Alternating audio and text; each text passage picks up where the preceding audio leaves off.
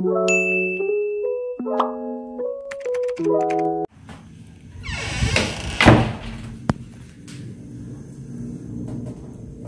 guys!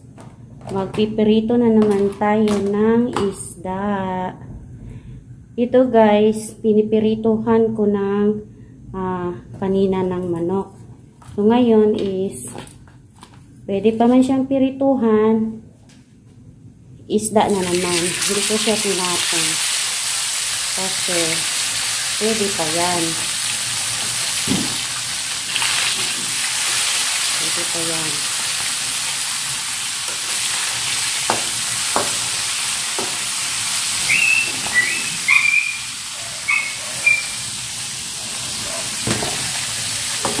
Pwede pa yan.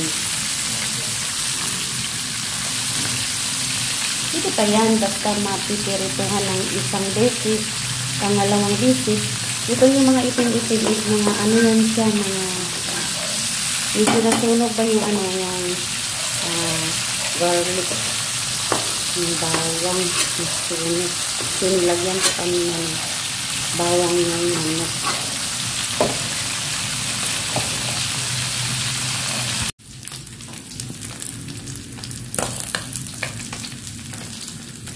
Ito na guys. So, babalik pa rin natin yung kanin.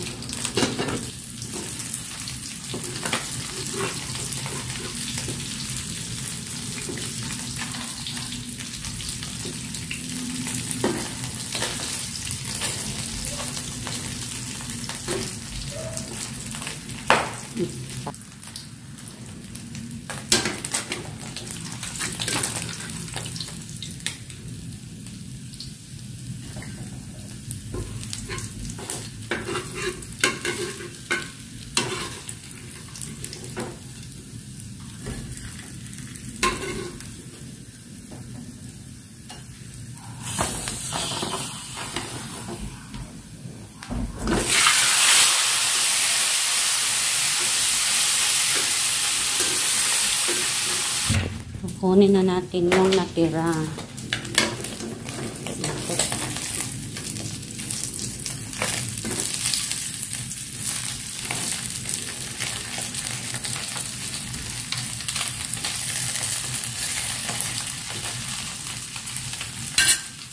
Ito lang yung lulutuin ko guys. Meron kaming natira.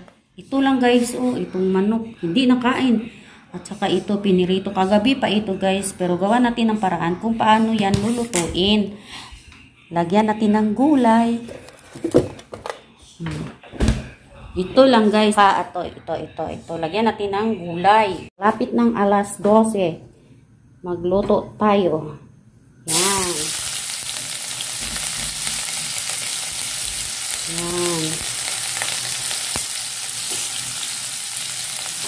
Sibuyas. Bombay. Susunod na natin yung garlic. Yan. Bawang.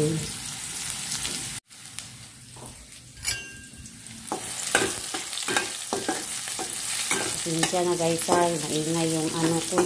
Ito guys, ito lang talaga yung ginagamit ko palagi. Alam kong naiingayan kayo, pero okay lang yan. Ay, naman talaga yung mga ano. Okay na yan. Pagpasensya ninyo maingay yung ano ko. Ayan. Pag meron tayong natira na ulam kagabi, kahit maliit lang, lalo na yung pinirito, gawa natin ng paraan na lagyan natin ng gulay. Lagyan natin ng pampabango. Pampabango na patis. Ito yung pampabango guys. Bigka. Sa hindi gusto ng patis, bahala na si Batman. Kasi ako man ang kakain. So yun ang sikreto ko. Pabangong patis. Lalagay na natin yung sitaw. Yan, sitaw. At saka ito, pampalasa. Ayan. Ayan. Ayan ang pampalasa ko.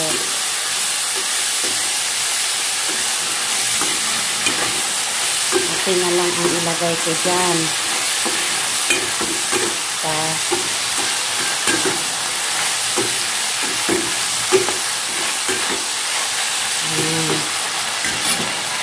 Takpan natin. Pagkatapos niyan, tuloy siya, diba? Tulitan siya. Lagyan ko ng tubig para maluto siya. Yan. Diba? Hayaan natin yan kumulo. Madali lang itong maluto kasi luto na yung hinimay-himay na pinirito. So later, na natin ito. Yung huling repolyo. Lagay na din natin yan kasi yan natin ng konting asin. Kasi kanina patis lang na konti.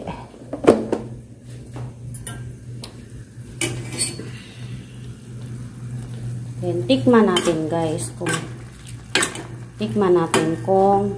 masarap ba. Kung insakto na ba yung timpla.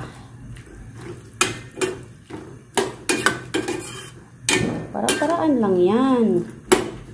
Diba?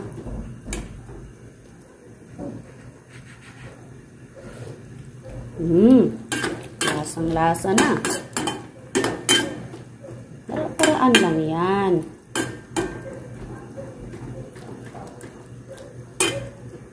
Yung iba half cook lang kasi mas masarap yung half cook. Yan.